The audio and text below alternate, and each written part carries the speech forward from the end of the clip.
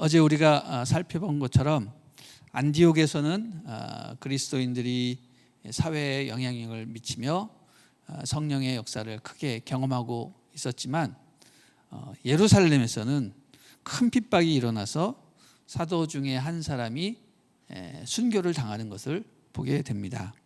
우리 1절, 2절 한번 다시 읽어주시기 바랍니다. 시작. 그 무렵 헤롯 왕이 교회를 박해하려고 교회에 속한 몇몇 사람들을 체포했습니다.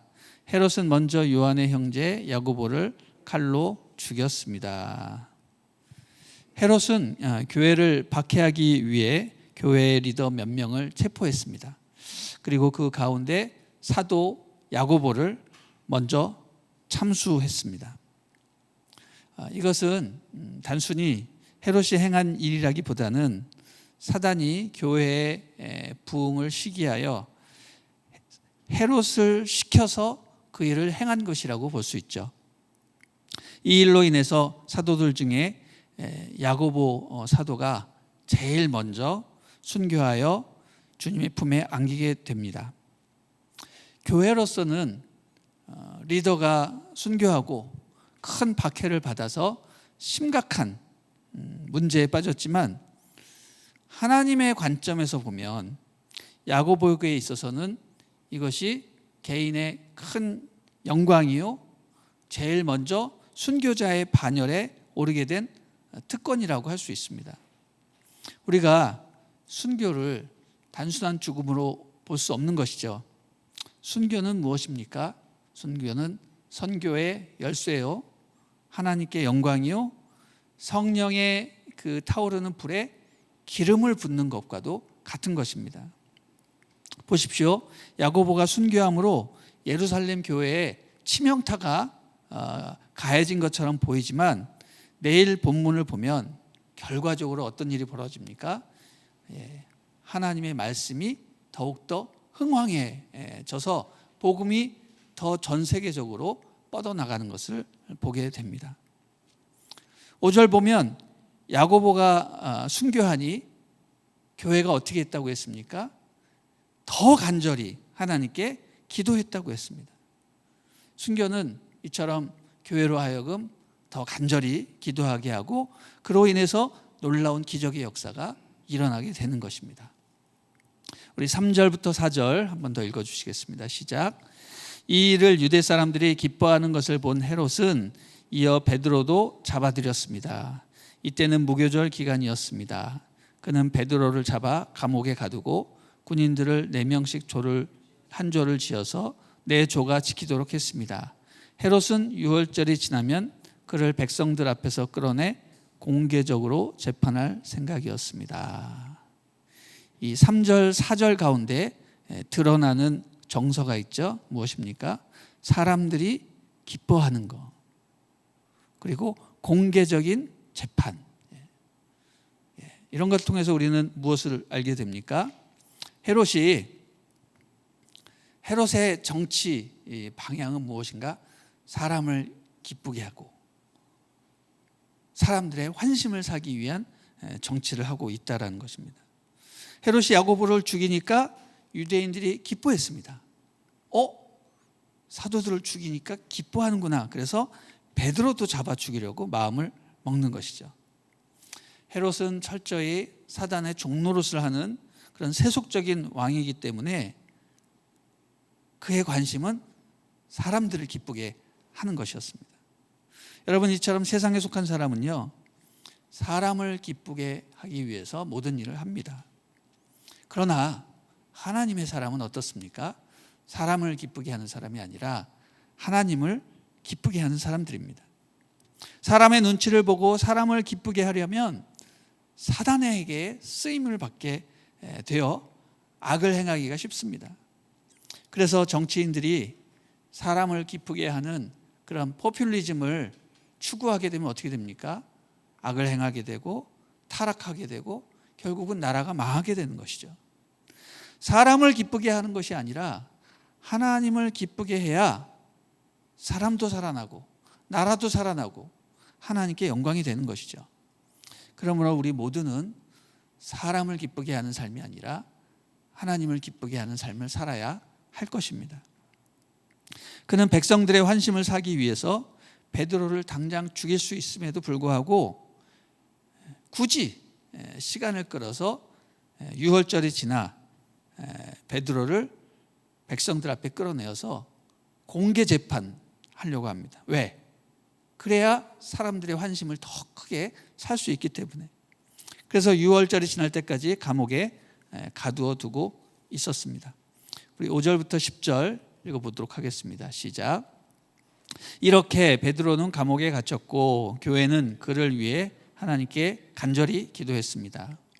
헤롯이 베드로를 재판장으로 끌어내려고 하던 전날 밤, 베드로는 2개의 쇠사슬에 묶인 채 2명의 군인들 사이에서 잠들어 있었고 경비병들이 감옥 문을 지키고 서 있었습니다. 그런데 갑자기 주의 천사가 나타나더니 간방의 빛이 환하게 비치는 것이었습니다. 그가 베드로의 옆구리를 찔러 깨우며 어서 일어나거라 하고 말했습니다. 그러자 베드로의 손목에 매어있던 쇠사슬이 풀렸습니다. 그때 천사가 베드로에게 허리띠를 메고 신을 신어라 하고 말하자 베드로는 그렇게 했습니다. 천사가 다시 겉옷을 입고 나를 따라오너라 하고 말했습니다. 베드로는 천사를 따라 감옥에서 나오면서도 도대체 천사가 하는 일이 꿈인지 생시인지 알 수 없었습니다. 그저 환상인 것만 같았습니다. 그들은 첫 번째 경비병들과 두 번째 경비병들을 지나서 성으로 통하는 철문에 이르렀습니다. 그 문이 저절로 열려 그들은 바깥으로 나왔습니다. 거리를 하나 지나자 갑자기 천사가 떠나갔습니다. 자, 본문을 보니까 베드로도 자신이 야고보처럼 순교당할 것을 짐작을 했는지 아예 마음을 접은 것 같아 보입니다. 그는 감옥에서 2명의 군인들 사이에서 온몸이 쇠사슬로 묶인 채 깊이 잠들어 있었습니다. 베드로 한 사람을 두고 군인 4명이 한 조가 되어서 번갈아 가면서 4개 조가 지켰다라는 것입니다. 그리고 그 베드로 양옆에 보초가 서 있었다라는 것이죠. 자, 이것은 무엇을 말하는 겁니까? 결코 어느 누구도 이 감옥에서 탈출시킬 수 없다라는 것을 강조하는 것이죠. 거기다가 베드로도 마음을 접었습니다. 물 셀 틈 없는 철벽 경비대가 보초를 서고 있고 이제 유월절이 지나면 베드로는 형장의 이슬로 사라질 운명이었습니다. 이처럼 절망적이고 낙심되는 그 불가능의 상황에서 교회는 무엇을 하는가? 교회는 베드로를 위해서 하나님께 간절히 기도했습니다. 5절 말씀, 여러분 이거는 동그라미뿐만 아니라 형광펜으로 이렇게 칠해야죠. 외워야 할 말씀입니다. 교회는 그를 위해 하나님께 간절히 기도했습니다. 아주 강렬하게 우리 마음에 꽂히는 말씀입니다. 교회는 간절히 하나님께 기도했다. 저는 느낍니다. 정말 이 말씀이야말로 이 시대에 가장 필요한 말씀이구나. 교회가 하나님 앞에 간절히 기도하는 것. 그렇게 되면 어떻게 됩니까? 절망적인 상황이 해결이 되는 것이죠. 우리가 상상할 수 없었던 방법으로 문제가 해결이 되고 길이 열리고 빛이 보이게 되는 것입니다. 간절히 하나님께 기도하면 모든 것이 해결된다. 이 사실을 우리에게 가르쳐주고 있습니다. 7절부터 교회의 간절한 기도에 대한 하나님의 응답으로 역사가 일어난 것을 정말 실감나게 보여주고 있습니다. 자, 갑자기 주의 천사가 빵 하고 나타난 겁니다. 그래서 잠들어 있던 베드로의 옆구리를 찔러서 깨웁니다. 뭐라고 말합니까? 어서 일어나라. 허리띠를 메고 신을 신어라. 겉옷을 입고 나를 따라와라. 이렇게 얘기합니다. 여러분, 이 말 한마디 한마디가 우리 마음에 막 팍팍 박힙니다. 깨어있는 우리 크리스찬들이 반드시 기억해야 할 경구라고 생각을 합니다. 어서 일어나라. 허리띠를 메고 신발을 신어라. 겉옷을 입고 나를 따르라. 영적인 군사들이 취해야 할 행동이라고 생각합니다. 이 천사가 이렇게 말하니 엉겹결에 잠에서 깨어난 베드로는 천사가 시키는 대로 뭔가 정말 취한 것처럼 따라 행하게 됩니다. 그러니 손목에 매어 있던 쇠사슬이 저절로 풀려버렸습니다. 그리고 보초들이 두 눈을 시퍼렇게 뜨고 지켜보고 있는 가운데서도 베드로가 나가는데 아무도 말리지 않습니다. 행동도 취하지 않습니다. 왜 그랬을까요? 제 추측에는 아마 이 보초들의 눈에는 이 천사와 베드로가 보이지 않았을 것이다, 이런 생각을 하게 됩니다. 하나님께서 그들의 눈을 가리우신 것이죠. 그래서 천사를 따라가니까 무슨 일들이 벌어집니까? 굳게 닫혔던 감옥 문들이 펑펑 열렸습니다. 자동문처럼 쑥 하니까 그냥 문이 확확 열렸습니다. 여기 본문 보니까 첫 번째 경비병들과 두 번째 경비병들을 유유자적하게 그냥 지났다라고 했습니다.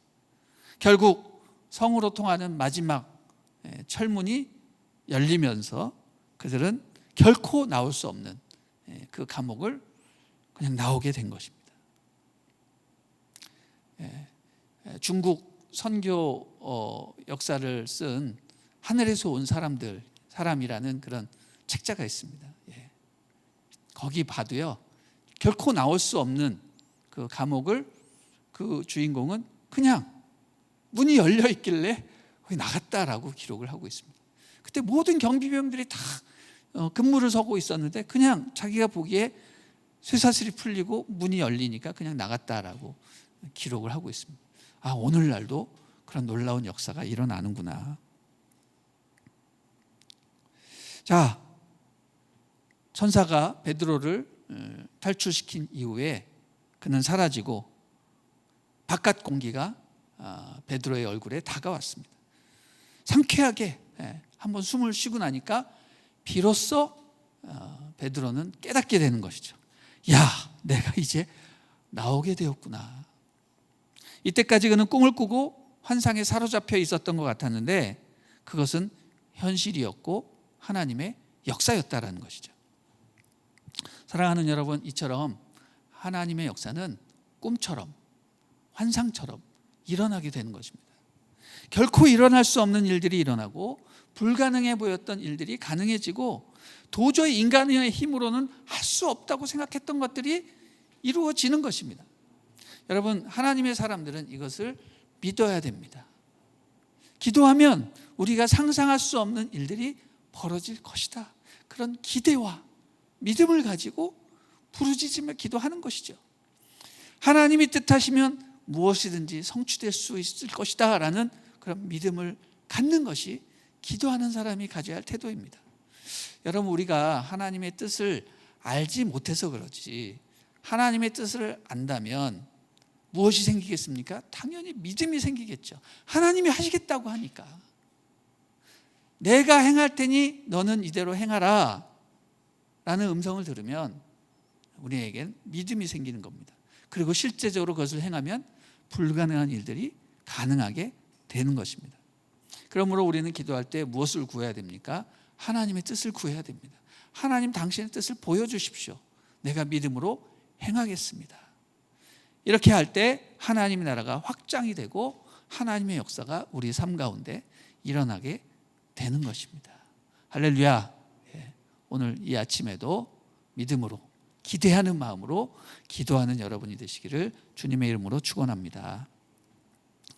자, 베드로도 감옥에 잡혀가는 순간에는 나도 야고보처럼 순교하는구나, 이제 주님의 품에 가겠구나, 이런 생각을 했었습니다. 그래서 그는 살고자 하는 마음을 접고 그냥 제가 보기엔 마음 편하게 계속 잠을 자고 있었던 것 같아요.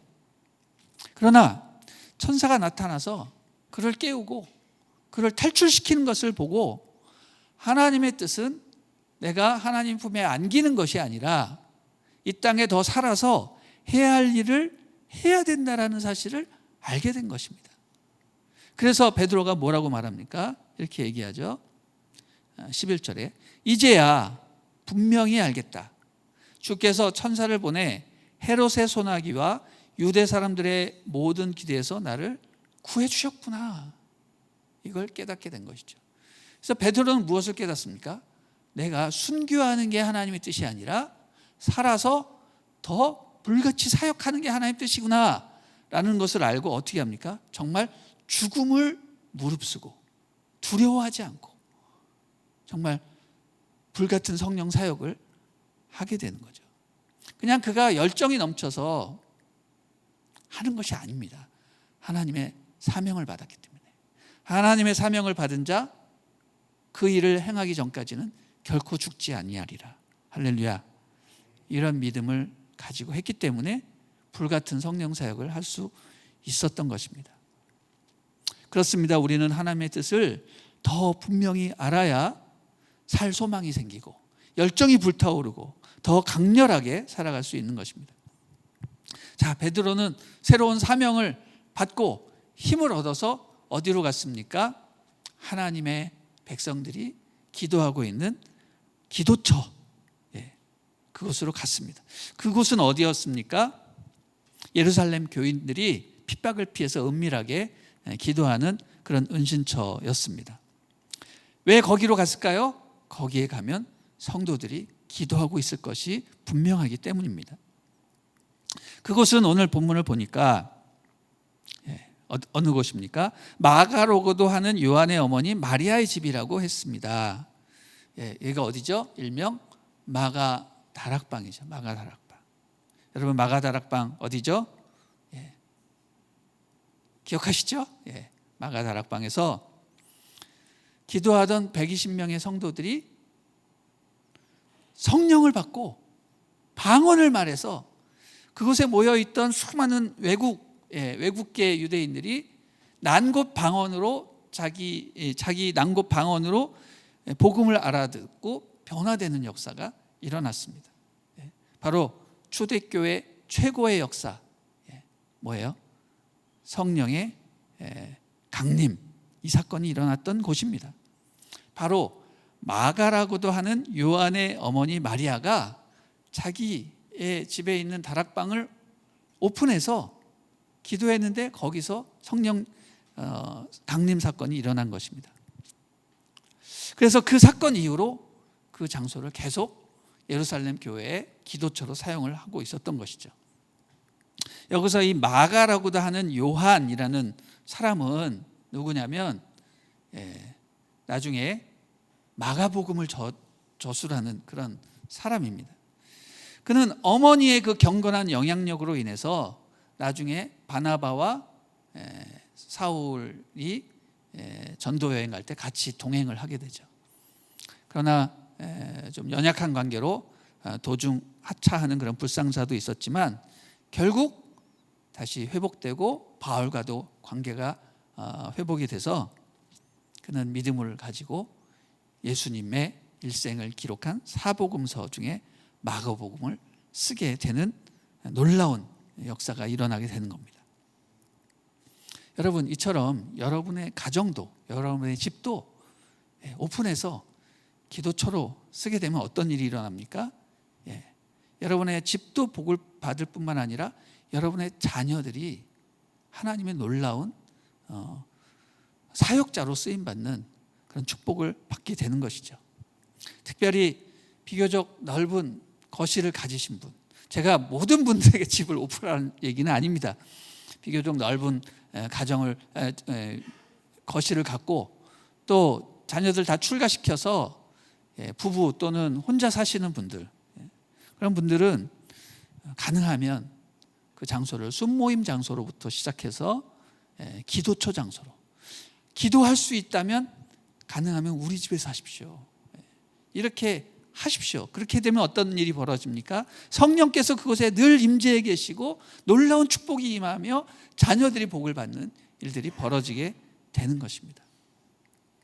우리 온누리교회도 홀로 사시는 어느 한 권사님이 자기 집을 오픈해서 선교사 중보 기도처로 사용을 해서 바로 그곳에서 우리 온누리교회 1천만 명의 선교사를 파송하는 그 온누리교회 선교 비전이 거기서 태동을 하고 30여 년이 지난 오늘날까지도 계속 기도 모임이 진행되고 있는 겁니다.